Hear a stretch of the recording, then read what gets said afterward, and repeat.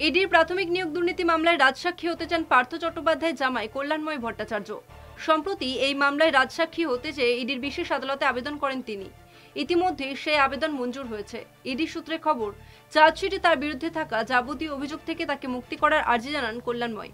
ওই সূত্রের দাবি, গোপন জবানবন্দি দেওয়ার বিষয়েও সম্মতি জানান তিনি। কিভাবে নিয়োগ দুর্নীতিতে নাম জড়ালো কল্যাণময়ের? নিয়োগ দুর্নীতি করতে গিয়ে কেন্দ্রীয় তদন্তকারী সংস্থার আধিকারিকরা তদন্ত পিংলায় একটি অভিজাত স্কুলের খোঁজ পেয়েছিলেন।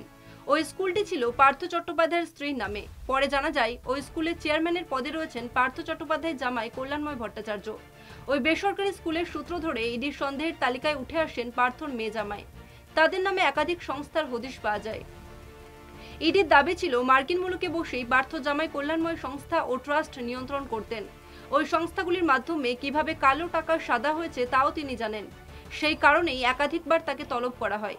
কেন্দ্রীয় তদন্তকারী সংস্থার আধিকারিকদের জেরার মুখে পড়েন তিনি। অর্থাৎ শ্বশুর মশাইয়ের পরামর্শ মেনে দুর্নীতির সঙ্গে জড়িয়ে পড়েন কল্যাণময়।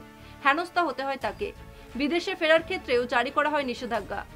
আদালত সাফ জানায়, কোর্টের নির্দেশ ছাড়া কলকাতা ছাড়তে পারবেন না কল্যাণময়। এক কথায়, প্রাক্তন শিক্ষামন্ত্রী পার্থ চট্টোপাধ্যায়ের ঘনিষ্ঠের বাড়ি থেকে রাশি রাশি নগদ টাকা উদ্ধার করেছিল ইডি। ওই টাকা কিভাবে কালো থেকে সাদা করা হতো তা তুলে ধরতে পার্থ জামাই কল্যাণময়ের বয়ানকেই আদালতে তুলে ধরে কেন্দ্রীয় তদন্তকারী সংস্থাটি।